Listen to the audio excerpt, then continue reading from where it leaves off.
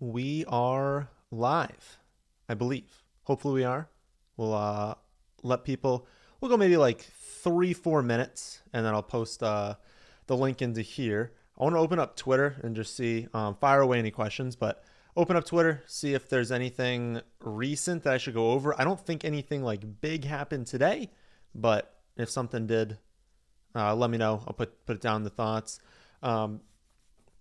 Basically nothing. We had a little bit here actually like an hour ago that was like something related to the Texans backfield. So some people have been asking about what to do basically with the Texans backfield, like what my take is. And I basically had to say, like, I don't know. Like, I don't really have a take on the Texans backfield right now. I don't really know exactly how the split's going to be. Obviously, like I'm not drafting like Rex Burkhead. I'm not really drafting Marlon Mack. The question is just like Pierce, like what's his exact value.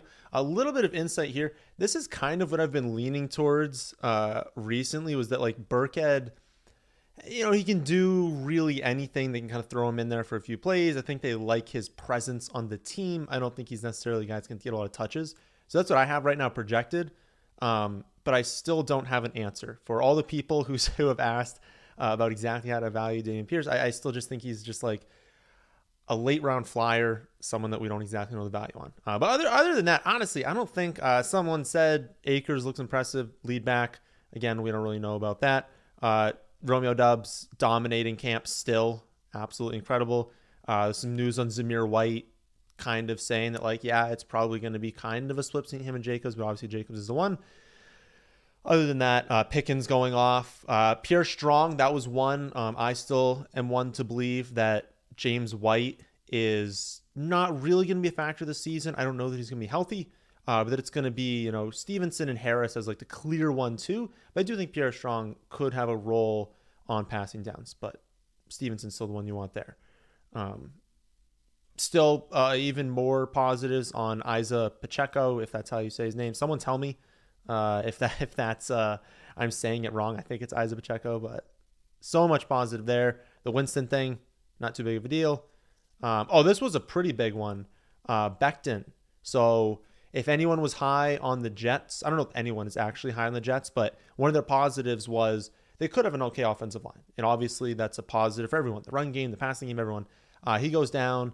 The offensive line, after he leaves, apparently in practice is letting up like sack after sack after sack. Like it's a negative. I factored into the rankings, but it's just like an initial take. We'll kind of see how the offense looks in practice, looks in the preseason, like what are the reports, and we'll further adjust from there. But I dropped everyone just a little bit in the projections, just like efficiency down.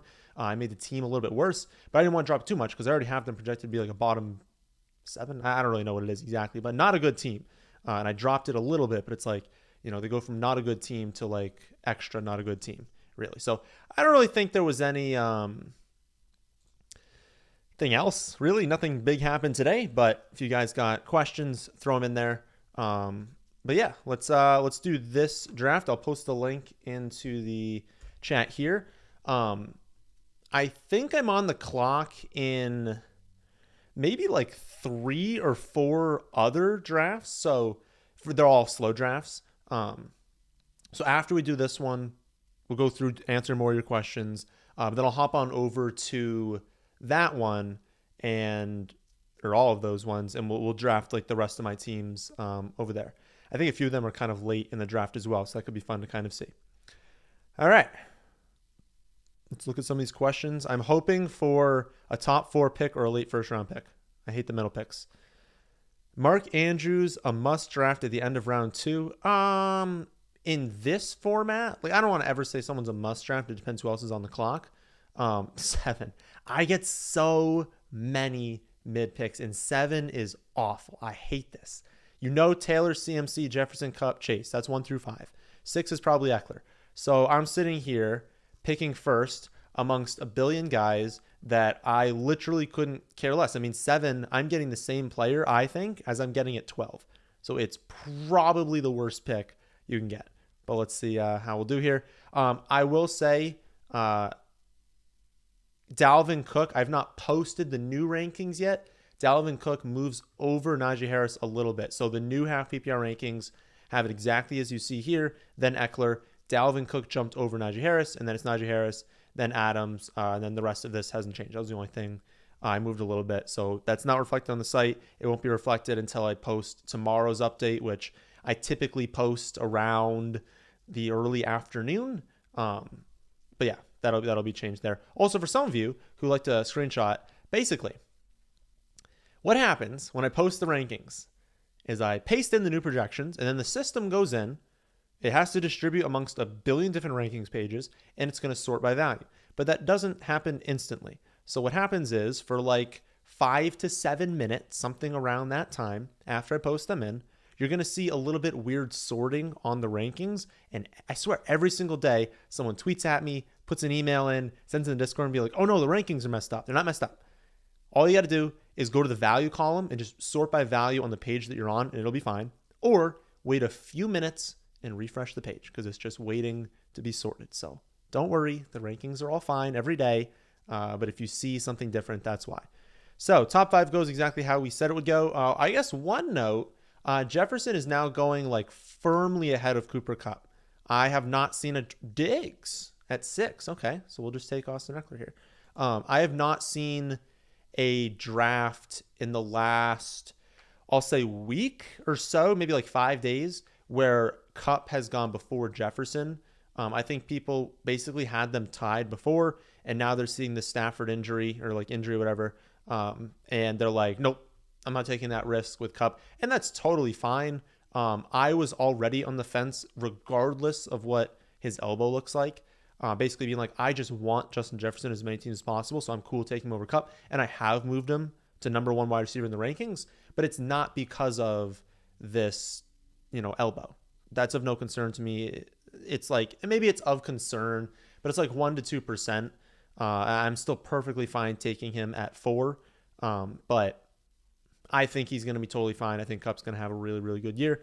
I took a little bit of Kupp's work and gave it to Allen Robinson, and that was enough to move Jefferson over him. I'm all in on the Vikings this season, being good picks in fantasy.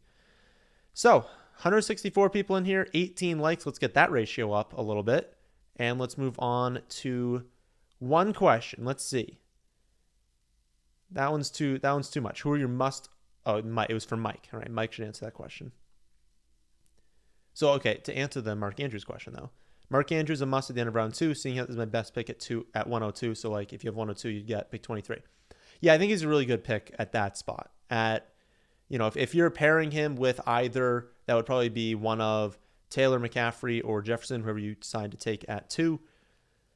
Yeah, getting Mark Andrews there because you're still going to get a phenomenal, either the tail end of the elite class of running back or a phenomenal wide receiver. Fantastic start. If you could start like McCaffrey, Andrews, and like Debo or Mike Evans, that's a really good start. If you wanted to go RB0, you draft like Jefferson, Mark Andrews, and then one of those 2 wide receivers. Maybe one of the running backs is on the board. So it's possible that like, you can grab like maybe Kamara, Chubb, Fournette, like one of them. That would be really good as well. So yeah, I think he's a really good pick at the end of round 2. So we're on the board 18. I'll obviously draft Travis Kelce if he's there. I will obviously draft CeeDee Lamb if he is there. I don't expect either of them to be there. Expect both to be taken. When they do, Andrews, Debo. Interesting. I wish I had more time to think about this one. I have Andrews first. I don't think Andrews will fall. All right. Let's take Andrews. I think that one's really close. So I guess to answer your question, yeah, I like him at this spot. Part of what I didn't want to do there was this person was just like gifted Travis Kelce at 205. And so if I'm looking at their team, it's like, well, I'd rather start off Dalvin Cook and Travis Kelce as opposed to Austin Ekeler and Mark Andrews. And it's like, I'm right next to this person who I think is a better start than me. And so I don't love that. I would have loved to gotten the value of Lamb or Kelce there. I think you could have gone with Deebo Samuel.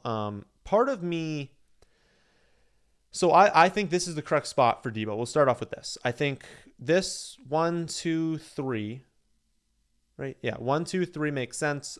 Diggs and Adams, I guess you can flip-flop that, but those are the next 2. then Lamb. And I do think Debo's like firmly in, what is that, the seventh? 1, 2, 3, 4, 5, 6. Yeah, the seventh wide receiver. I think he's firmly there. But it is kind of tricky. Him and like Kamara and Mark Andrews, that whole like kind of range, because Ayuk does technically fit what Lance is doing a little bit more. It's just like a weird thing to balance that, like Ayuk is clearly having a phenomenal summer. He's clearly going to be like a big part of this offense. They're going to be very, very run heavy. Kittle is still there. And so even though he projects out phenomenally because of all that rushing, which is still going to be there, it's like, I don't know. It's just like, it's so difficult to distinguish between them because it's different positions. Like, yes, I like him less than Lamb and more than Mike Evans. But between him and like Kamara, it's like, well, now I have to think about the chance that Kamara gets suspended for the 6 games. I don't think that happens. And if it doesn't, I'd rather have Kamara. And like Mark Andrews, like, what does he allow me to do on this team? Well, now I can go the rest of this draft and maybe take like Mo Alley Cox or like, you know, another tight end like Jonnu Smith in like the last round. And that just positionally allows me so much flexibility. And it's like, it's kind of a weird dynamic there. So I think I did make the right choice, just given how I like to build. I like loading up on wide receiver middle, and taking one running back early, at least one running back early with the tight end helps me do that. But yeah, that's kind of a general take on all of the thoughts that were going through my head there. So at 31, and also I was contending with Kyle Pitts. I could have gotten Kyle Pitts in the next round as well. Okay. I would have liked AJ Brown there. He's gone.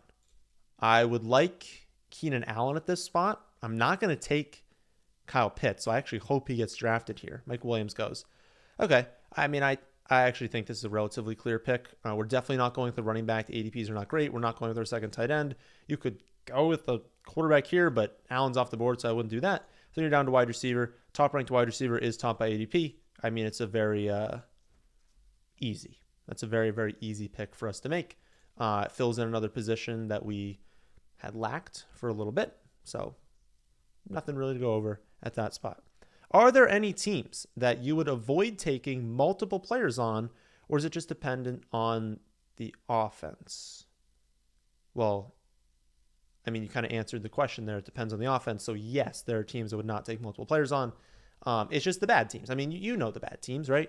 Go to see Vegas implied totals, but just think to yourself, like, do you want multiple players on the Jets? Do you want multiple players on the Jaguars? I don't know how to list on every team, but like the Panthers, like, I suppose you could draft, you know, McCaffrey and DJ Moore, but in general, if we want to be loading up on offenses, oh, I have a stack. I didn't even realize that. That's an extra good pick. So we should consider Herbert. But my point was, when I was looking at the teams, is Chargers, Ravens, Chargers, like in general, lean towards good teams. You know, lean towards teams with really good quarterbacks, a lot of touchdowns. You get touchdown potential on those. So no, there's a few teams I wouldn't draft multiple players on. That goes away later. So let's say, what's like a good example? Okay, let's just use the Raiders. I think they're a team you could draft multiple players on, but if you like Zamir White late and you drafted Adams, don't even think about that being like, oh, multiple players in the same team. Once we get into, I don't know, maybe round 14, it's completely irrelevant. I don't even care who you drafted. If you're drafting the second player on a team, you're drafting, I guess, 2 wide receivers on a team. If you're going to do that, I want them to be on a really good offense. But when rounds 14, 15, 16, 17, don't worry about it. You're so late in the draft anyways. The added correlation doesn't matter. Obviously, in this, you know, correlation is good. So on Underdog, maybe that's what the question was asking, but on Underdog, no. If I want to stack the Jets at value, I'll stack the Jets, you know. Give me an Elijah Moore, Tyler Conklin, and Zach Wilson stack. Sure, be different, right? I probably only do that on like a tournament, like in this. Just a 12-team league, I'm not going to do that. I was answering that for redraft. Maybe I shouldn't have been. But yeah, I guess in this, no. Anything that can come as a value, anything that could have a lucky week, like there might be, you know, what happens if in week 17, Elijah Moore has 2 touchdown catches and Zach Wilson runs in one? Like, he could be on the winning lineup. You never know. Okay. 42 is our next pick. Love Allen Robinson. Oh, nope. Love Gabriel Davis. I don't think Davis is going to be there. We could draft Herbert. I don't think he's going to be there at 55. So that's definitely an option for us. It just completes our first stack right there. All right, we're going to get one of them. I was going to say, I don't really know who to pick after that. Stay tuned for Thursday, though. Thursday is going to go over what we just saw here. Allen Robinson versus Gabriel Davis versus Jerry Jeudy. Davis here, I think. I think I'd still prefer Davis. I think the team would still be good. And if I can get lucky and maybe Herbert falls to me in the next round, I'll do it. No one else has the stack. Let's do it. Okay. So here's the thought here. Number one, this is not a large field tournament. So I don't need, I don't need that week 17, 16, 17, 15. Like I don't need any of that correlation in any of that because every week is treated the same in here. But also, like, I don't need to go all in on the Chargers and hope they have a dominant season. I'm only drafting against these people. So I'm going to try, and this is also another thing I talk about, try for something. Let's pretend this was the puppy. Let's pretend this was Best Ball Mania 3. There is a team out there that took a chance, said, you know what, I'm not going to complete this stack. Because I guarantee you, with the hundreds of thousands of teams that are drafting, someone probably started off with the same 3 players as you, same 4 players as you. And they probably took a chance. They took Gabriel Davis, and then they got Herbert in the next round. So for you to take him at ADP to complete the stack, it's like you're almost like guaranteeing someone probably has the better stack than you, at least early on. So I would rather chance it, say, hey, if it doesn't work out, it doesn't work out. It's really not the end of the world. I will have another option. Right now, I could go after Lamar Jackson and pair him with Mark Andrews and then get to keep Gabriel Davis. So it's really not the end of the world if you don't get the stack. That's why I never reach on stacks. That was not really a reach. I think that was kind of the correct spot for Herbert to kind of be going in. But that's why you can risk it. And it'll really pay off if he's there in the next pick. And if he's not, I can target other quarterbacks. I can do other stacks. It's really not the end of the world. So we will take Herbert if he's there. Our pick will be 55. Kittle would be definitely an option. No, it wouldn't be. I'm not going to take Kittle. I didn't realize we had Mark Andrews. Forgot about that. We're not taking Kittle at that spot. I would love Brandon Cooks. I would love Chris Godwin. I think at running back, we're in that range that's very, very gross. And I have seen David Montgomery fall a lot. That 58 ADP is not true right now. I got him in the draft today at like 71 or 72. I don't really remember what it was. Maybe it was 70 flat. But he's falling a lot in drafts. So we might be able to get up the next pick. Probably not. Herbert goes right there. But again, it doesn't matter. I want Godwin, though. I hope he doesn't get drafted. If Godwin goes, we'll probably end up taking Mooney. We could go to Metcalf and try and play the ADP game. Our next pick is 66. So it's possible someone here is kind of still there if we want to do that. Who ends up going? Lamar. Okay. Yeah, I do prefer Chris Godwin. We still don't know about Godwin. I'll draft him. We still don't know if like I was looking at something. Sorry. We don't know exactly how he's going to look. Obviously, he's off the pup. He's probably going to play to start the season. We don't always love attacking players their first year off the ACL tear. They are at a higher injury risk. They typically don't perform as well. We should expect more peak Godwin next season. But, I mean, let's be honest. Like, if he starts the season, the mid-fifth round for Chris Godwin is kind of absurd, even if he's only like 80% Chris Godwin. I mean, he's a third-round pick when he's doing, peak Chris Godwin. So I like this team so far. Got our first running back. It'll depend if we get a running back here, how many we take in total. I would like to get AJ Dillon here. I'm not sure there's another running back I would take at this pick, so it would only be Dillon. I would take like Amari, St. Brown, Rashad Bateman. I would take all of them. I probably would have taken Kittle had he fallen to that spot. At quarterback, if I had a stacking partner, I'd consider it with like Jalen Hurts, maybe with Kyler Murray. I don't have a stack until we get to Brady. All my other ones are off the table, and so I won't go there. 3 picks, 3 players in the queue. Those are honestly the only 3 I want with this pick. So we just need one person to do something different from the rankings. That's interesting. The quarterbacks end up this way. I did not intentionally do that. It's just the system that does it. I have a bad feeling. I think they're going to take him. Oh, no. Who will we go with? Probably a wide receiver. I guess Devonta. He hasn't been... Oh, okay. Thank goodness. We'll just take Amari. I guess I don't even like Amari like that much more. I still preferred St. Brown. Yeah, there's just no running back I want at this spot.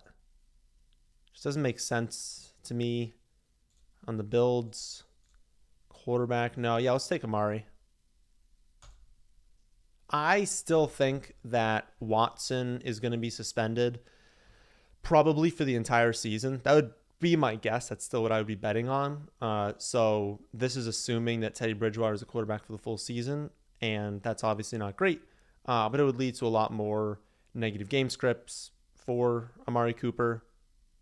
Like, at the end of the day, it's a significant downgrade, but if Watson was the quarterback, Cooper would be pretty firmly in the 4th round, I would guess, to get him in the mid-6th as my 4th wide receiver. I think that's good value. I don't think he's going to be consistent at all, but he'll definitely have a high weekly ceiling, which is what I'm looking for in this. I think we've got a good combination of players. Like, I think Gabe Davis, and Amari Cooper kind of giving us that ceiling. I don't love either of their floors, but I love Keenan Allen's floor. I love Chris Godwin's floor. And so I've got 2 floor players, 2 ceiling players. Running back we love, all-around running back that's going to be consistent every week.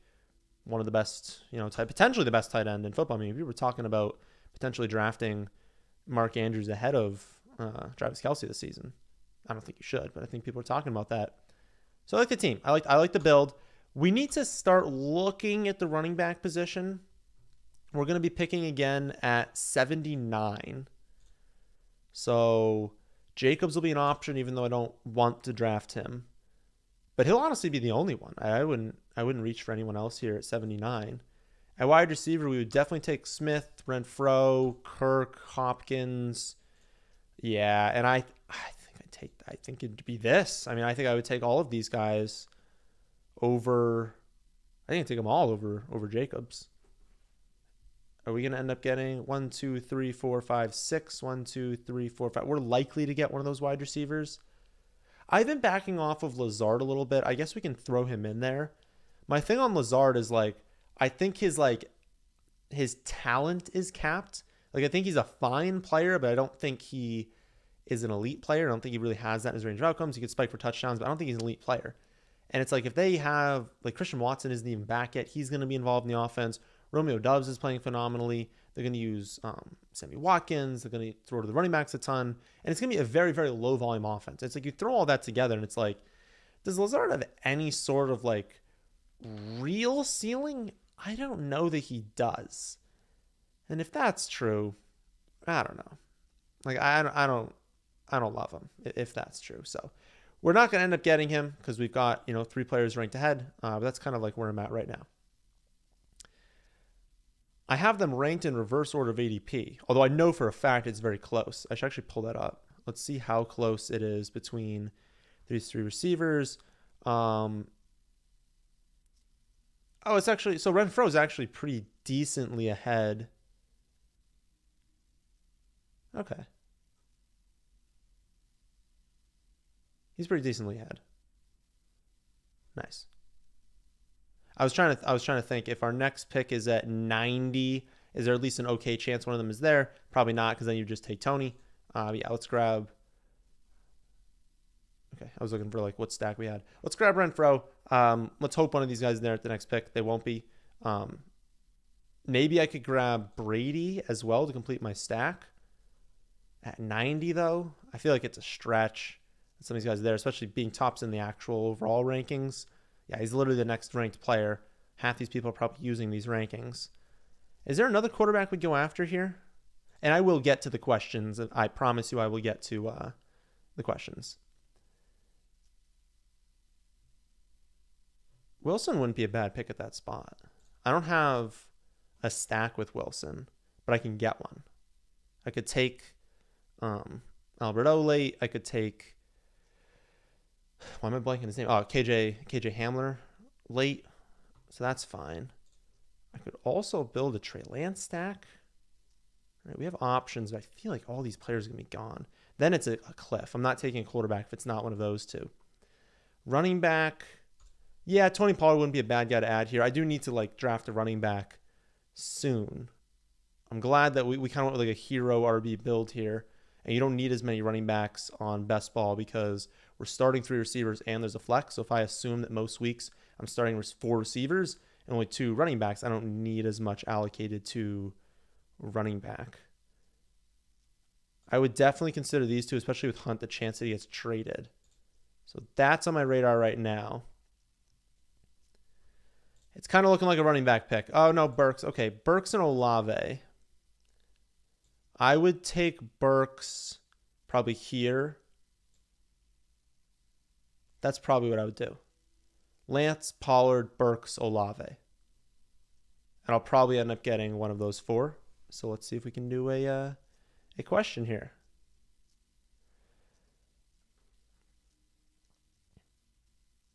What's better, a league with 6 or 7 bench spots? To find what I mean by better, I mean what favors the more skilled managers or in a competitive league.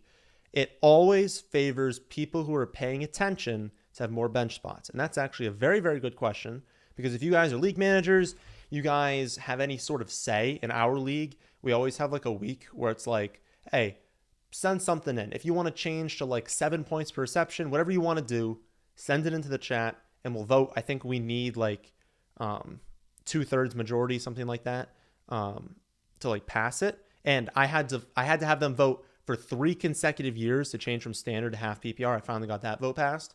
But we got Trey Lance. This is like a really good value for Lance. Nice.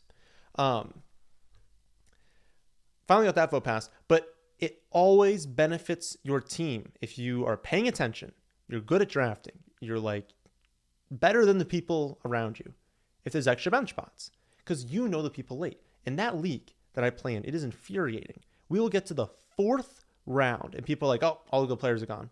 We'll get to the 6th round. People are taking their sleepers. They're like, I don't know who to draft. Let's start taking a defense. And it's like, obviously that's great, but you know, we're sitting there in like the 10th round, 11, 12, 13, 14, 15, and we're like, I wish there were 5 more rounds, because there are so many clearly good players available that nobody knows their name. And if they get them on your bench, well, when we have these like weeks 1, 2, 3 waiver wire heroes where it's like, oh, look, Zamir White just got 15 carries in week 1 and scored a touchdown. He's clearly going to have a role. He's a phenomenal handcuff plus standalone value. Like, I don't actually think that's going to happen. Like, but like, what if it did? Zamir White's on all of our benches. He's not on everyone else's benches. But if you only have 5 bench spots, you might not be able to get to him because, like, you know, you're probably still going to have a really good bench. And now he's on free agency and everyone can go get him. So it just favors people who are paying attention to have more bench spots. Please, if you have any sort of poll in your draft, offer that. Be like, hey, does anyone want to switch to 7 bench spots? You can blame it on like COVID or something. You can be like, you know, with COVID still being a thing, some people are going to like miss time from that. And like, maybe you want bigger benches. Like, just try to do something. But yeah, it's definitely good to do that. Try and get more bench spots. Next question. Do you think the skill required to make a decision to keep player 6 versus player 7 is higher? What? The bigs over here. Say that again.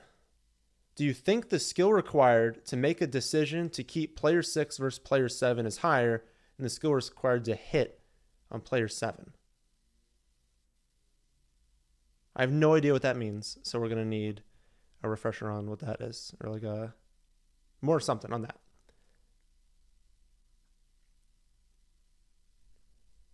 Hawkinson or Waller given ADP? Well, Waller has this weird thing where he's like not practicing, so that's concerning. But Waller, I don't like drafting the mid-range of tight end. It's early or late for me. Okay, no value there. Quarterback, unless we had a great stack. No, I'm not going there. Running back, Penny's a good value. I know I don't love him, but anyone who becomes 10 spots of value is a good pick. Wide receiver. No, this is like the only pick I can make. I kind of have to go running back. I don't have a running back. I have one running back at this point. I could take Melvin Gordon. There's a way better chance Melvin Gordon's there at the next pick. Yeah, 11 spots of value for Penny. Do it. Don't outsmart yourself in these drafts. If someone in the draft, you're using my rankings, is ranked second, even like third, and you see that they're like 15 spots back of ADP, and there wasn't news, like there's kind of this like news circling around David Montgomery about how like they're going to use other running backs more, like he's getting like special team snaps. I don't buy all of it. I still think he's going to be good this season. I think we should probably be pouncing on his ADP. Remember, I said I drafted him at like pick 70 today in a different draft, which we might see after this. Don't outsmart yourself. In general, ADPs are relatively sharp. If someone becomes very close to the top projected player in the rankings and they're like, 10, 12, 13 spots below ADP, start thinking about drafting that player, especially when you'd be reaching on the other player. Like there's a chance. I don't know that I'm going to get, Melvin Gordon goes the next pick after. I didn't know I was going to get Melvin Gordon. I'm drafting with people who see him as a top projected player. Like, let's be honest, the odds were kind of low I was going to get him. But take that chance because it's not worth reaching on players just to get the guys that you want because someone's going to beat you if you're just reaching on all these players. And in general, people know stuff. ADPs are relatively sharp. If you can get good values, capitalize on it.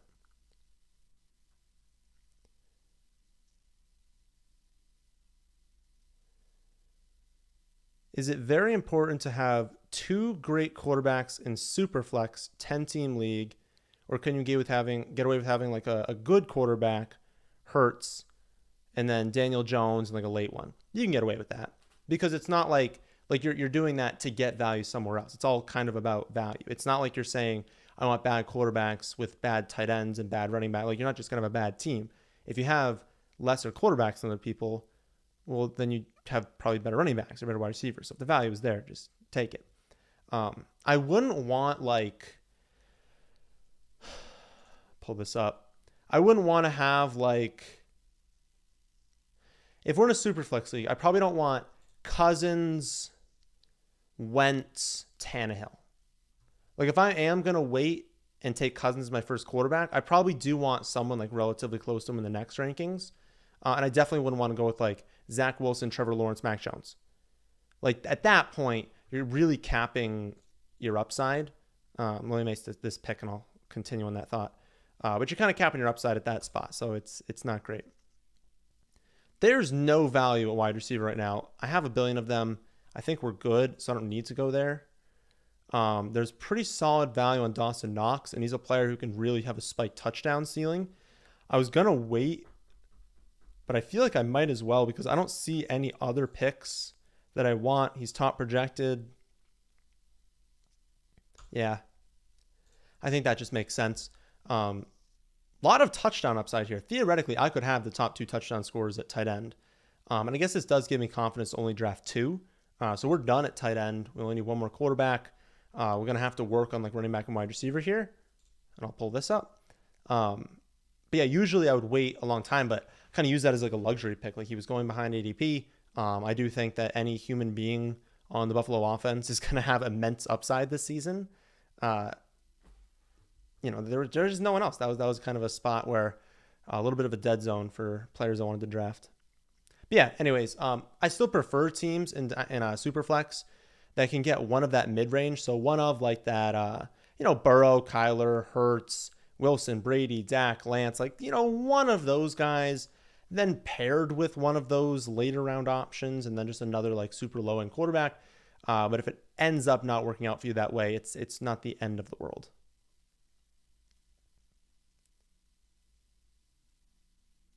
Any stick in these initial depth charts, example, James Cook, running back 3, and Buffalo? No, they're completely irrelevant. I saw the Bucks one still had their center, who's like done for the season, listed as a starting center. Like they didn't even bother to have someone who's literally not playing this season.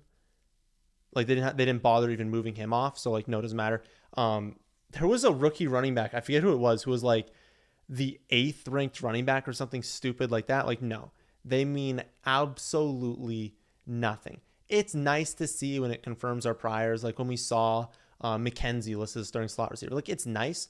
A lot of the times, These are leaning towards like not upsetting people. So rookies won't be put high on the depth charts because like the veteran is there and they don't want to like instantly put the veteran, as the backup, because then it's like, oh, like why am I even like here? You already playing this rookie over me, like kind of demoralizing, and like it's just not as great for like morale. Like you want to keep the rookie, it's the first depth charts before even first preseason games for all but 2 teams. Like they're not going to go out there and just list the rookies immediately super high. So no, don't put any stock into it. Even if we're not talking about rookies, these are irrelevant. They don't show anything, and they don't want to give things away. Think about San Fran last season.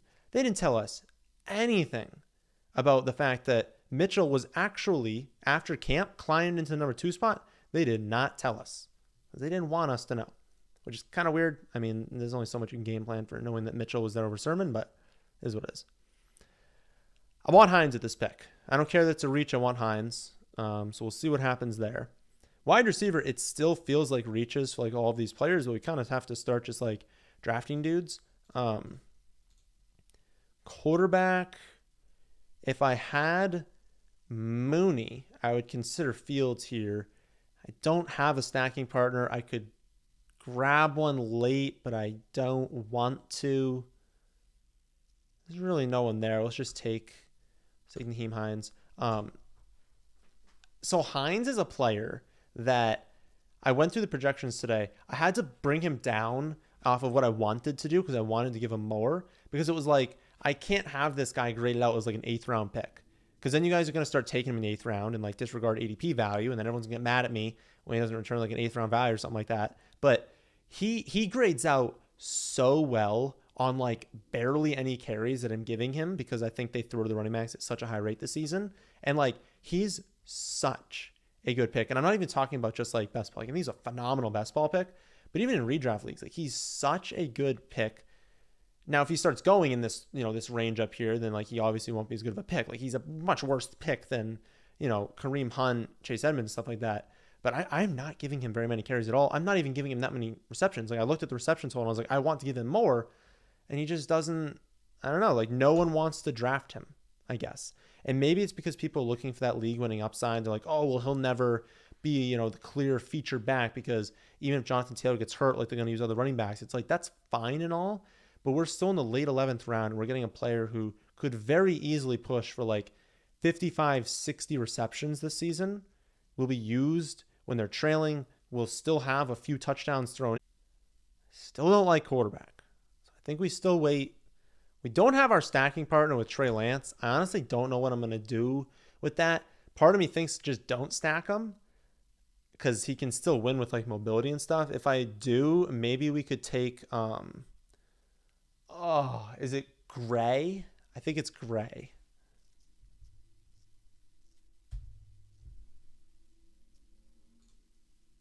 I'm almost certain it's Danny Gray. Having a really good camp, might play over Juwan Jennings.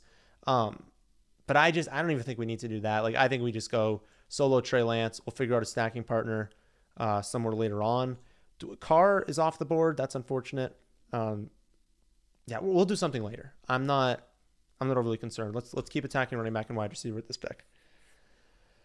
I'm thinking we could go with Nico. Having a good camp, good upside player, good red zone threat. No, okay, there goes Nico Collins. And then I was going to say stacking partner. We could stack him late with Davis Mills, who's having a good camp. I don't really want Jarvis Landry. He's kind of an uninspiring player. George Pickens was compared to Randy Moss today, so that's wonderful. And also, Pittsburgh is like, I'm on the clock. I didn't even realize that. I kind of want to just take him. Yeah, I'm just going to take Pickens. What was I going to say? Oh, no. I lost it. Yeah, he was compared to Randy Moss today, basically. Oh, yeah. And Pittsburgh has an unbelievable track record of drafting wide receivers. They are like by far and away the best team at drafting wide receiver. And another thing I want to talk about, Jacoby Myers. I actually spent probably an hour today just thinking over the Patriots offense, fiddling with their projections, trying to figure out how to rank these guys. And what I kind of came away with was, you got Myers as, I would say, probably the most targeted wide receiver. zero touchdown upside, relatively limited weekly upside because of that touchdown, and because it's pretty unlikely with all the players they have, they're going to like give him like 10, 11 targets in a game. Like, it's just not going to happen like a ton. Very high catch rate, but fine. Parker is probably going to be the guy that look at more in the red zone, given his frame. He's more that prototypical X receiver. But I'm starting to not love him because reports out of camp recently haven't been as good, and he's never a guy that's going to win consistently. Actually, honestly, no one on this team can win consistently. So I'm starting, oh my goodness, there goes Dubs at 12-10. Goodness gracious. He's skyrocketing in drafts. So that's that thought there. I don't think Aguilar is any good. I think he's a fifth receiver, makes the team. I don't think he's going to play very much. Thornton is going to be like this rotational piece that gets occasional deep shots, gets schemed looks, but also isn't a guy that's going to like beat man coverage consistently and be on the field consistently. I was listening to a podcast, and the person basically talked about how much they like Kendrick Bourne because of how the offense and Zamir White goes. I guess maybe he actually was like he probably was the top ranked running back at that spot, but my goodness, these sleepers are going early. And that's going to be interesting. I'll get back to the Patriots thought. How early does like Zamir White, Romeo Doubs, Isa Pacheco, like where do these guys go in 3 weeks? You know, it's towards the end of these like best ball drafts, especially these tournaments. Are these dudes going in like the 10th round? Like the hype on all of them is unreal. You used to be able to get all of them in the 18th round. Now they're going in 12 and 13. Wild.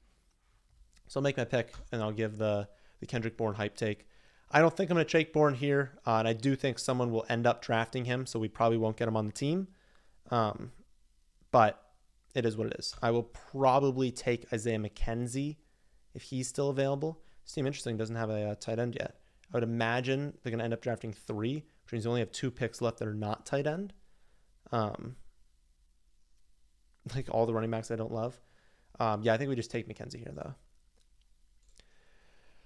But yeah, they're basically saying like Kendrick Bourne could have a Deebo Samuel-like season. Now, he will not post the numbers Deebo Samuel will. But he's really good when they give him those end rounds. I don't know if they're going to line him up as a running back very much, but he will probably have 10 to 15 end rounds, which like helps. I'm projected for like 12 carries, like 125 yards, something like that, which helps a lot. And like maybe a touchdown score there, that's going to help you, especially this late. But he's a player they want to get the ball quickly and just use like the 49ers used Deebo Samuel. And I honestly think Bill Belichick is like enamored with the 49ers offense. Like he almost wants to like create that to a degree. But he's like Bourne is so good in that role, and he's the only player that can fill that role. So if that's something Belichick wants to do, and Belichick wants to implement an offense like that, the only player on the offense that can fill that role is Kendrick Bourne.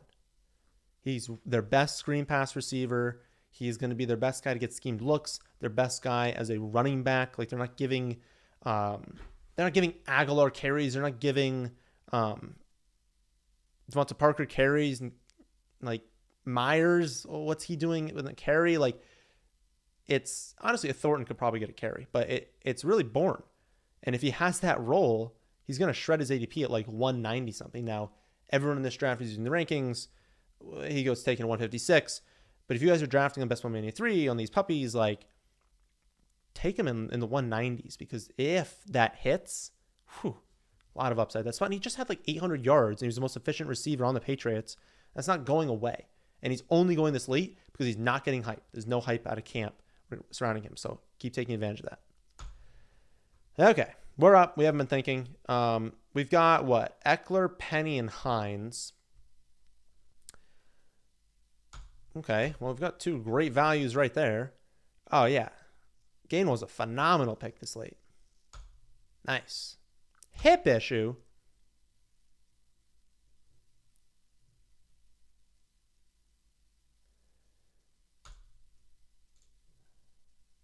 Yeah, okay.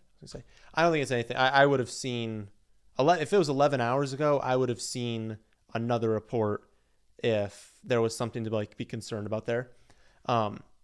Interesting here. Do I keep with 4? Because I haven't doubled bye weeks. If I had doubled one of the bye weeks, I'd definitely draft 5 running backs. We're on that like fringe. And I got like, part of me is thinking like I have Hines and Gainwell, two players who I know are going to catch passes, know going to have that floor. Pennies for the upside. Ekeler is just consistently going to be dominant. It's like I actually feel relatively decent about this running back core. And I have abandoned wide receiver for a little bit, though I invested a lot of draft capital in it early. But it's like if I'm only going to go with two tight ends, I'm always just going to go with the two quarterbacks. And it's probably worth just taking another running back. Yeah, we'll probably take a running back on our next pick. But anyways, Gainwell's going to be used sometimes at the goal line. He's going to be used in hurry up. He's just going to be used on third downs. Like he's going to have a role in this offense. They are never going to feature one running back. So assuming the hip is fine, 21 spots behind ADP, beautiful. Who do we want at our next spot? And who's our quarterback going to be? That could be an issue at some point. I kind of want to risk it here and just like continue waiting, see what we can get. It's kind of unfortunate, some of the stacks here. Like I'm not taking a Pittsburgh quarterback. Carr's gone. I'm not drafting Watson because I don't think I need to draft a quarterback there. Can't draft Brady. Can't draft Herbert. Can't draft Allen. Can't draft Allen. It's like Wilson, Allen. Oh my goodness, it would have been nice if I had Josh Allen on the team. I have a nice little Buffalo stack there. But it's like I don't have a stack yet. So it's like, who am I drafting, you know? I was considering, I didn't want to say it, I was considering Trevor Lawrence because he was cratering in the draft. I don't want to say it, someone to take him. I think I just wait again. I don't think people are going to really draft these guys too heavily. And if they do, you know what? I'll figure it out. I want to wait. I want to wait, and I want to draft either wide receiver or a running back here. Has anyone fallen a lot? Not really. I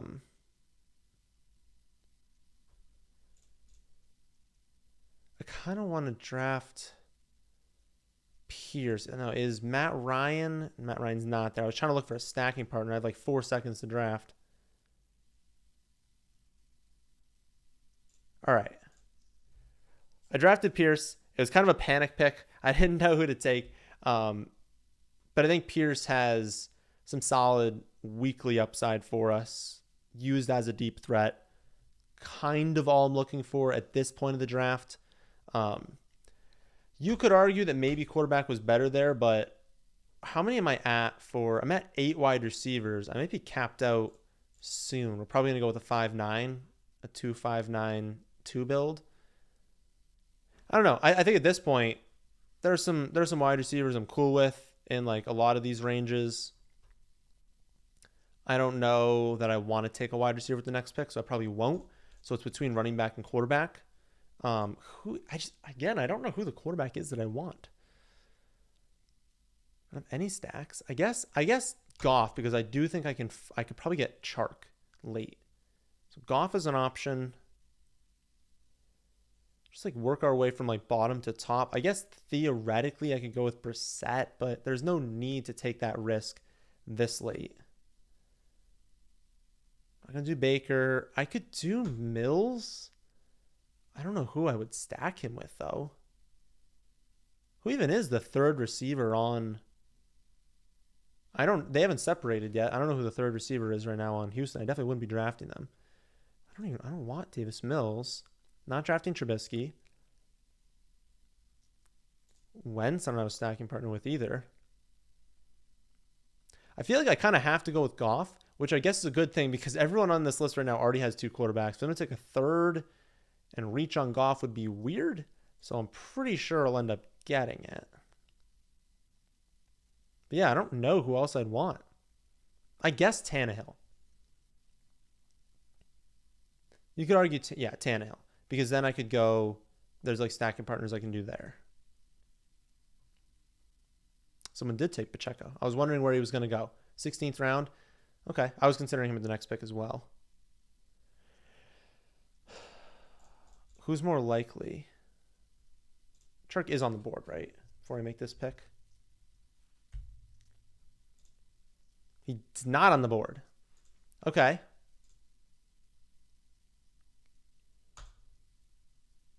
Then I think I want to go with Tannehill over Goff and hope I can get Phillips. That is probably my best bet. grab Phillips, finish it off with, some sort of upside running back. I do think we can find someone. If we don't get Phillips, I still believe in the talent of David Bell, but honestly, if we don't get Phillips at this pick, we'll wait. We'll draft someone after that. Got a buzz. We're good. Yeah, if I don't get Phillips at the next pick, I'll draft someone after that. They're definitely running backs that I want here. I don't want to start checking all of them off because you guys are going to start drafting them. So we'll talk about them when it becomes time to talk about them. There, I'll pull up the draft board for you guys. I feel like I've been neglecting that. Let's see if we can do one question. Scroll back to the top. I promise I'll answer the questions after. We'll do the other draft after. You only have one running back, and you took your fourth wide receiver in Cooper over Elijah Mitchell and Jacobs. Why would you draft your bench wide receivers? You haven't filled up your starting running backs yet. This is best ball. So in a redraft league, I would not have done that. I would not start filling out my bench wide receivers. Also, there are 3 starting wide receiver spots. So you're not really, because one of them goes in the flex. Also, wide receiver has more. There goes Phillips. Nice. Wide receiver has more weekly variance. I am probably relying on that position to fill up that flex, so we can effectively say I have like 4 wide receiver spots, only 2 running back spots, way more value there. But yeah, you want to be drafting wide receivers very heavily in this format. You want to draft a ton of them because they have that variance to getting those spiked weeks. Running backs don't have as much of that variance.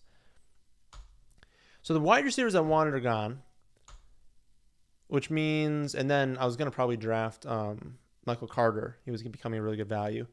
I will probably draft Brian Robinson if he's there. If not, well, I already gave it away. If not, Benjamin, and I almost want to draft Benjamin anyways. I probably shouldn't have said that because now I don't really have the option of drafting the wide receiver at this spot. But honestly, I don't even like any of these wide receivers, so we're fine with that. I will probably just take... All right. I'll take Brian Robinson. Whoever gets Benjamin here is getting a really good pick. I think he's basically established now as the clear number 2. I believe that offense wants to use him in a similar way that they used Chase Edmonds. And if that's the case, he should not be going this late. They're hyping him up a lot. Now, they hyped him up last offseason. That didn't do anything. But good reports at a camp around Benjamin. He's a good pick. Whoever gets him is getting a good player. For our next pick, yeah, Bryan Edwards. Veloso at this point, honestly, there's been 0 news about him. And they just had, I can't remember the name of the receiver. I could pull it up. I don't care enough. One of the receivers got hurt. He's probably done for the season. They already had no talent. There is a world where Veloso, however you say his name, is like relevant this year. And I don't like him as a prospect. He's already like 1 billion years old. But they have to play someone. And if he's on the field a lot, well, it makes sense. So there he goes. I hyped him up for you. But yeah, I think he might be going too late, which is like weird because I don't like him as a prospect again. If Eno's there, I'll take him, by the way. I'll take him with his next pick. I don't think he will be. Do we even want a wide receiver? I guess Westbrook. I don't think Westbrook plays. I think it's going to be Berks, Woods, Phillips. I think Phillips plays in the slot, Woods on the outside, and Berks on the outside. I don't think Nick Westbrook plays. But he's the only stacking partner I have.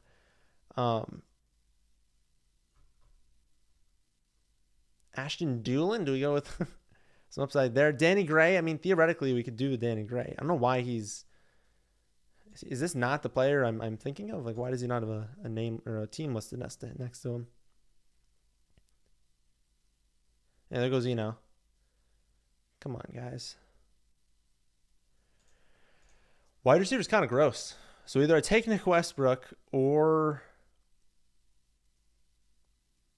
I mean, I guess I could just take Darryl. Batty, if you don't think... D'Ernest. That's a better pick. Yeah. D'Ernest Johnson. If they like what they have between him and, was it Ford? If Ford develops into a good pass catcher and they know they like D'Ernest Johnson, I think there's still a world that Kareem Hunt gets traded. If Kareem Hunt gets traded, You're not just going to see Nick Chubb become this like monster feature back. You're going to see D'Ernest Johnson step in and have like a really, really nice role. Theoretically, you could see D'Ernest Johnson traded as well, but I think that, I don't know, like I just feel like Hunt requested the trade. Why would you trade D'Ernest? Like, you're going to trade Hunt if you're going to trade someone. So he's someone you should probably be gaining exposure to late. It's difficult to rank him highly because how do you project that trade happening? Like there's only so much volume I can give away, and I don't want to start giving Hunt volume to D'Ernest. And like, because then honestly, like you should draft Hunt. If Hunt's going to get traded away, you could draft him too. So tough. Maybe I should just give more than 100% for the total share there, but yeah. David Montgomery, I've seen some people talk about him. People think he maybe gets some sort of like pass catching role. He's been solid in camp for the Patriots, but I think he's been solid in camp and getting a little bit good reports because, no, okay, we'll view the whole draft here. I lost my train of thought. Oh, because Strong hasn't been playing.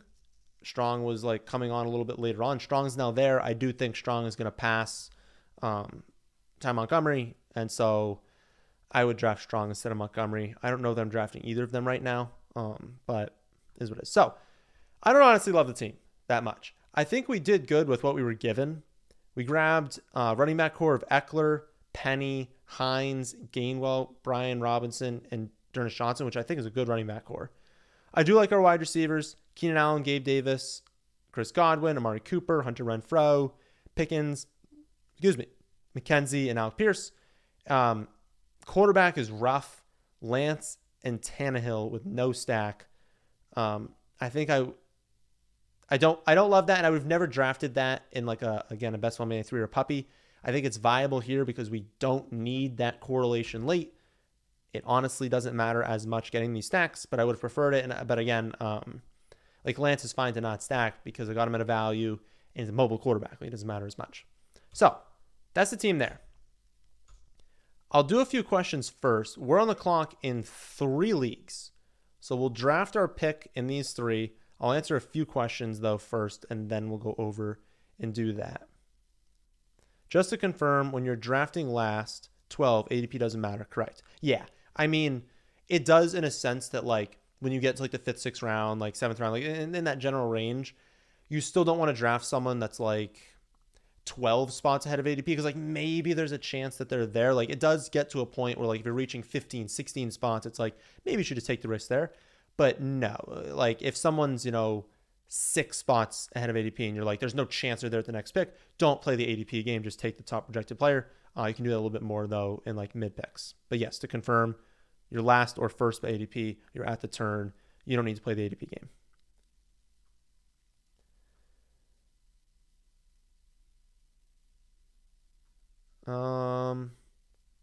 Yes, help Nick out, hit the thumb button. Even though it doesn't actually matter at all, just makes it feel good. So yeah, hit the like button. Keeper question: 12 team, full PPR. Mike Williams in the 7th or Javonte Williams in the 4th. You have the 2 pick. So I guess we'll pull up the draft board here to help us out. You have the 2 pick. So you have early. So you have a late 4th round pick, which you could keep Williams in. Oh, they're both Williams. Mike Williams will be the 7th round, which would be an early 7th round pick. That is a tough one. I'll say this, the website has a keeper league tool. You can literally just go in, paste in the rankings, type those 2 players in. It's going to tell you mathematically which one's correct. I do think it'd be very close. But if we kind of think about ADP wise, I mean, look at this. Like Javonte Williams went early 3rd round. Mike Williams went mid 3rd round. One of them's a 4th round. One of them's a 7th round. So I'm thinking in general, you're probably just going to lean towards Mike Williams, even though it's a little bit closer because it's like late 4th and early 7th. It's like, they're not that much different by ADP, but that's a pretty big gap in the keeper. So I would say Mike Williams, but you can see on the site exactly what it would be. Any chance to do an auction draft? I did one in the mock draft Monday, so check that out.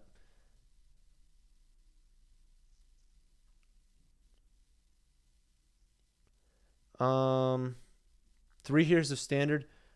Oh, no. It was like 10 years of standard, 3 consecutive years of voting to remove standard.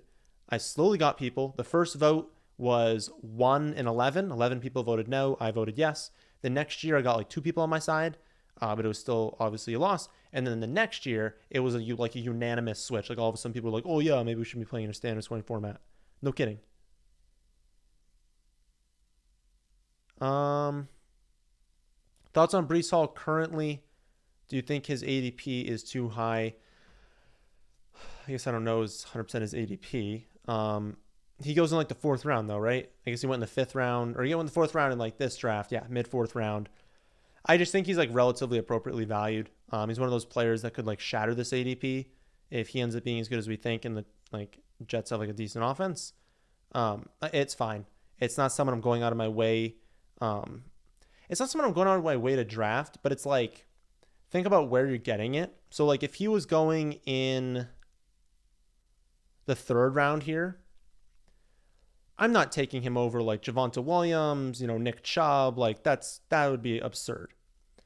As you start getting a little bit later and like those guys are gone, Zeke's gone, Etienne's gone, Connor's gone. It's like if you do get to a spot in the 4th round where you're good with like 2 of your wide receivers, maybe you're like this team here that like took Kyle Pitts, like, he's kind of like the end of that range that you really like for running back. There is a pretty big drop off there. And so if you want running back at that spot, I think he's a solid pick. His stock goes down after this injury, like I talked about. So it makes me less interested than I was maybe like a week or 2 ago. But yeah, I think he's like a fine pick. I think it's appropriate where he's going. All right, let's make these picks. My team, we are in the mid 7th round. I've got Herbert and Ekeler stacked. I've got Ekeler, Swift, Chubb, and Montgomery. Got Montgomery at 67, though the ADP is still dropping on him. Decent value on Waddle, but I went really strong at running back here. We kind of need some wide receivers. Let's look at the different positions we could go with. Quarterback, nope. There's no stacks I can make. There's no one that's a value. Not going to go there. Tight end, nope. No real good values at that spot. I don't want to attack that position. Running back, I would need an unbelievable value to take one. I already have 3. Not going there. So it's wide receiver. We get to here. Top-ranked wide receiver, Brandon Ayuk. He's top by ADP. Slight value, not really, but who cares? Easy pick. Take Brandon Ayuk. All right. Let's go to draft number 2. Another puppy draft. Pull up this draft board. We are in the late 6th round, so very similar spot. I do not have a quarterback. Opposite start to this team. Cam Akers, my only running back. Justin Jefferson, Mike Evans, T. Higgins, Terry McLaurin, all drafted behind ADP. Very nice job. Let's start the same process. Quarterback. I have T. Higgins. So Burrow is an option. Top quarterback on the board and by ADP. All right. Cue him up. Still don't want those tight ends. Wide receiver. Yeah. Amari, Thielen should be going in this general range. No one after that, so we'll cue them up. Running back. No. Not in love. No. Running back's a no for me. So those are my options. Like I said, someone else stacked Burrow and Higgins. Should I really reach 6 spots to take Burrow to complete the stack? Probably not. Also looking at this ranking, I have Jefferson. And obviously, Cousins is still on the board. I might be able to get a Cousins, Jefferson, Thielen stack, plus the off chance that like Cooper is going to go down in the projection if it turns out that we have full season suspension for Watson. So I think the best pick here is Adam Thielen. Start that stack. We'll be willing to reach on at 117. We have an exact pick at 117. I say if we get him at 117, we just take it. So we'll see what ends up happening in that one. I really like this start. These are really good wide receiver core there. If Akers turns out well, that'll be a really good team. All right. Our last one, although I'm 1 pick away in a few of these, 2 picks away in these ones. We're in a lot of drafts right now. Final one, though. Another 6th or 7th round pick. How about that? Another opposite. We're going running back early in this one. Oh, this was a cool one. So this one, I got huge value at running back. Aaron Jones at pick 22. Alvin Kamara at 27. He doesn't usually make it into the third round. Zeke at 46. Montgomery at 70. So great value there. Issue is 3 week 14 buys. I would definitely not take another running back if I didn't have that occur, but I have 3 dudes. So I'm taking a 0 if I don't take another running back. But it's like if I advance, I'm going to have a really good, I don't know. I think you have to take a running back. It'll probably be, I'll just take one in the last pick. So a little bit upset that ended up happening, but is what it is. But yeah, we got Kupp at 3. I took him over, but this was started before I had Jefferson at that spot. And then Terry McLaurin at 51. Can someone tell me, did McLaurin get hyped down? Now, actually, you're going to hear me hype down McLaurin tomorrow. Did anyone release a podcast recently not like talking down on McLaurin? Because like I've seen him fall in, I believe, 3 underdog drafts in the last like 2 days to like this range, like 50, 52. And like, excuse me, that had not been happening at all before.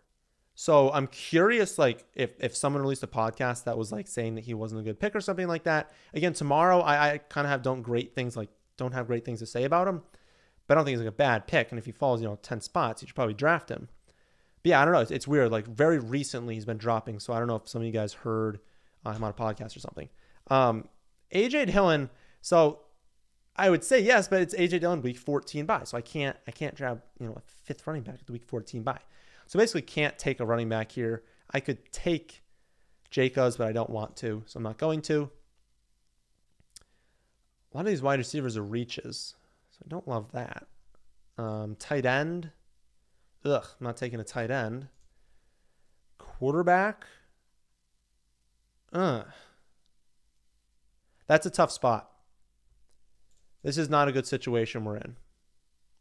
I think we have to reach on a wide receiver. Oh, that feels disgusting. I want to take A.J. Dillon. And it's like, do we do something weird with this one and we take Dillon, then take another running back later on, and we assume that every week we're starting the 2 running backs and running back in the flex? So we basically say we're not doing that with wide receiver and make like a 6 running back team that went running back early.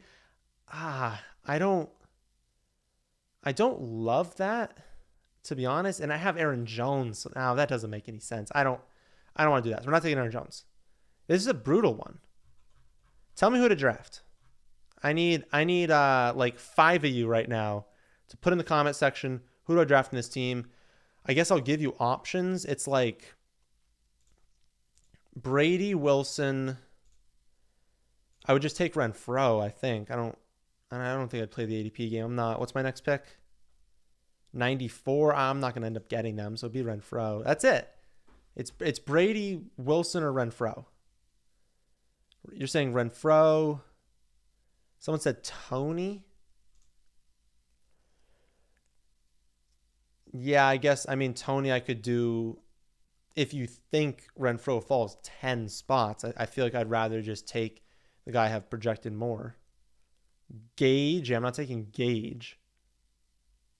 Wilson for Hamler later or Alberto because I don't have tight end yet.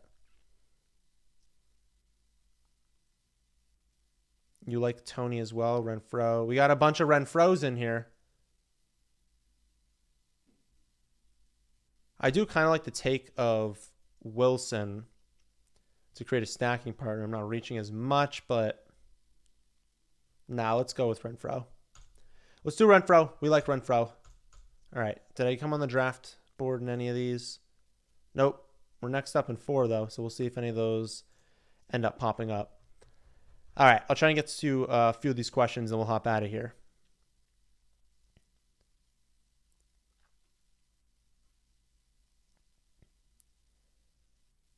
I don't see any questions right here.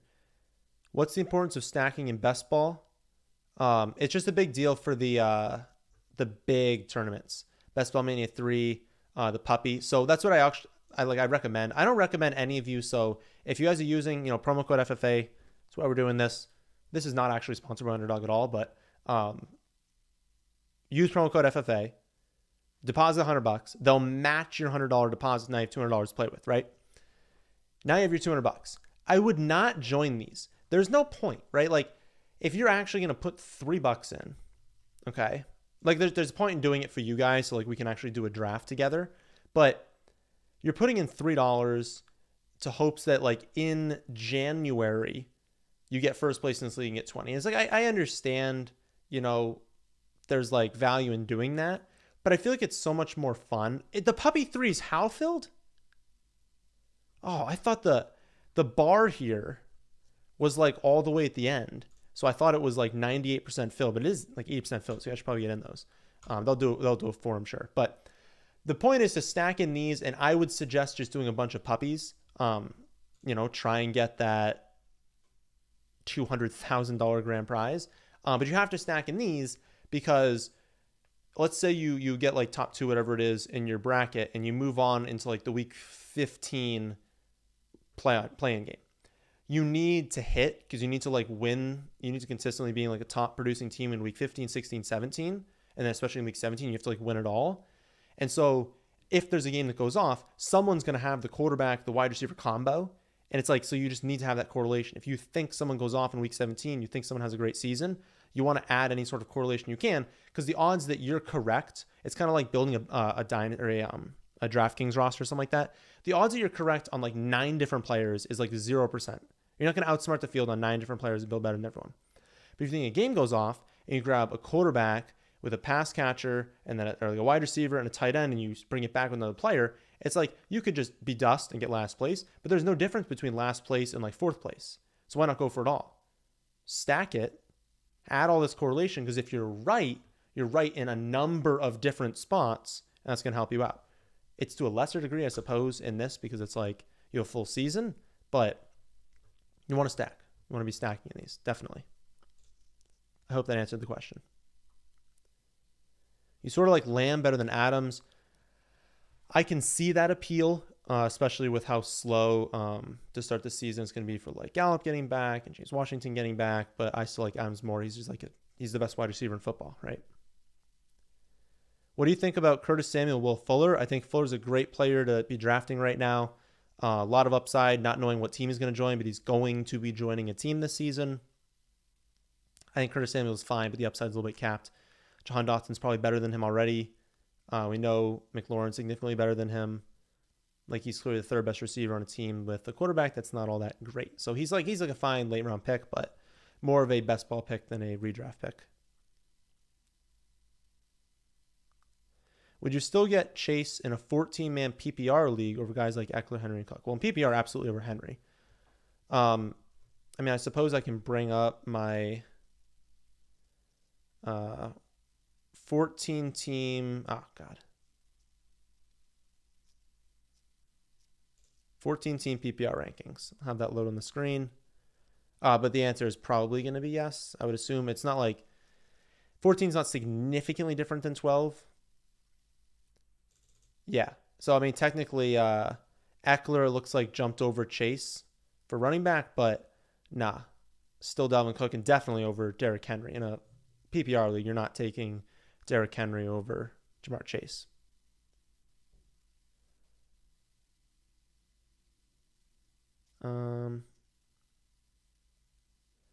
Your league is 6 points for passing touchdowns. Who should you target for quarterbacks earlier? Should you target quarterbacks earlier? So I have rankings for 6-point passing touchdowns. It's not all that different because all of the quarterbacks get 6 points. It's not like some of them do. So the value amongst quarterback doesn't change all that much. It more shifts your focus to pocket passers. You don't want mobile quarterbacks as much. You want quarterbacks that are going to sit back, throw the ball more because they're going to have a higher rate of passing touchdowns, and that's what's getting you more of the points. Some of the guys go earlier, Herbert, Brady, Allen, but for the most part, not much. It's not a significant difference.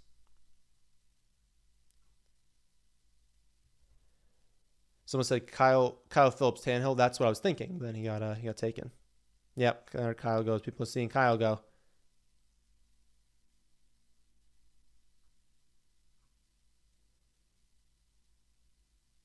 I don't see a ton of questions. Refreshing seeing another draft style. You've been watching too many Underdog drafts on the other channel. I don't know what the other channel is, but you're welcome for a refreshing drafting style.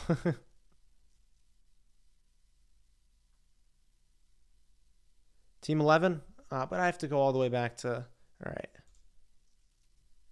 Wasn't this one? Was it this one? Yeah. Team 11. All right, that's the team you drafted. Let's take a look. Najee Saquon, I like it. You've got Etienne, Tony Pollard, Mostert. Okay, that's fine. DJ Moore, Metcalf, Bateman, Tony, Boyd, Gallup. That feels early for Gallup, 11th round. If he's not going to start the season healthy, I think there's better options at that point.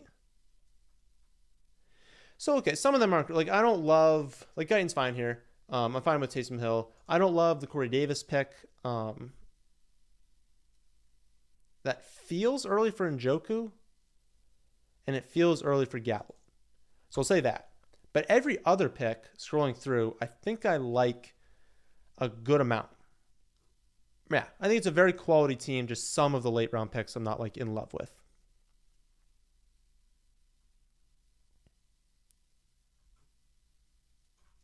All right, now we're at the point where you guys are telling me to draft Renfro. Are you against Aaron Jones and A.J. Dillon as your starting running backs? I kind of went over that in the mock draft Monday, so kind of look at that for like a deeper thought there. I'm not against it if it happens naturally. The second one comes at a big value. We're not like in that underdog draft I just had where it's like I needed to have a week 14 bye. In general, though, if there's something close, I don't want to because there's that added correlation. If you're starting both of them in a redraft league and they have a bad week, you just like lose. And it's like that's really tough to have those like 3 weeks throughout the season where you have a really good roster, but like the Packers don't do that well. It could be just like weather. What if there's just like a bad weather game? Neither Aaron Jones nor AJ Dillon score. They don't do that great. And it's like, I don't love it. So if there's a good value for it and there's no one else you like, take it. If not, I would probably just lean towards someone else. And that's what I ended up doing, I think, in the draft.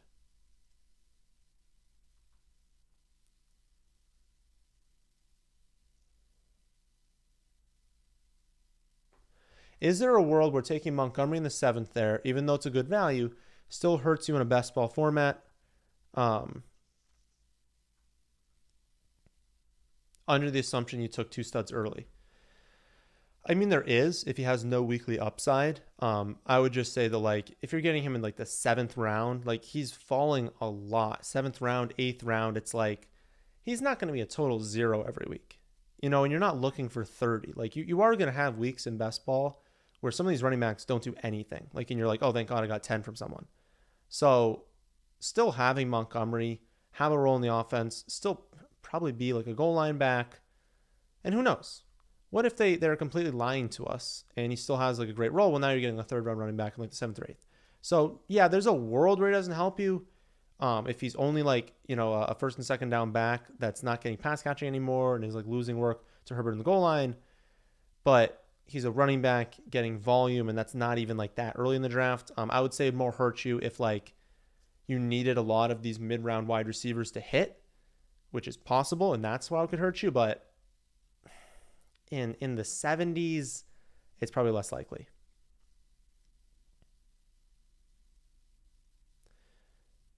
With Evans nagging hamstring, Godwin not being 100%, Julio being aged, Gage has an opportunity to rise up the depth chart.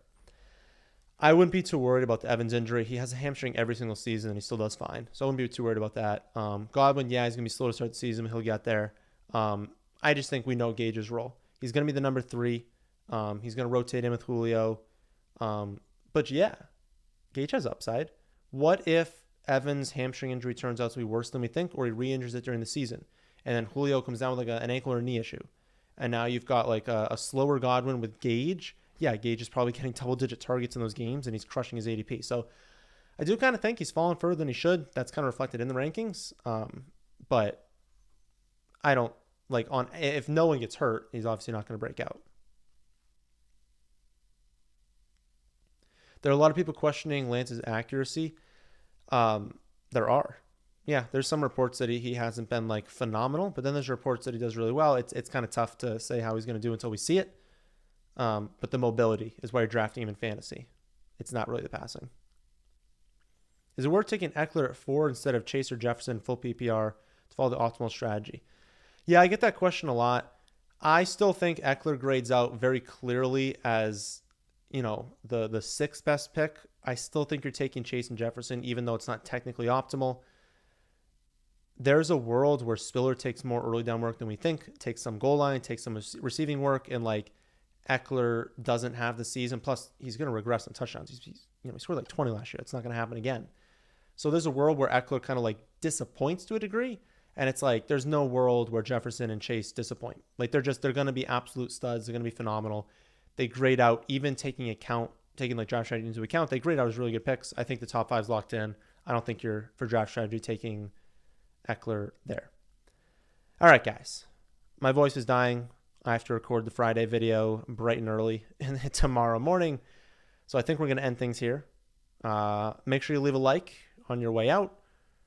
Make sure that you watch what's tomorrow's video. Today's Tuesday. So tomorrow is something. I can pull it up. I honestly don't even know. I already have tomorrow's video uploaded. I know Thursday I also have uploaded. That's the Allen Robinson versus Gabriel Davis versus Jerry Jeudy. Oh, tomorrow is bounce back wide receivers. So go over wide receivers that might bounce back this season. But if you're new here, hit the subscribe button, hit the like button on your way out, and I'll catch you guys on the next week's Tuesday live stream.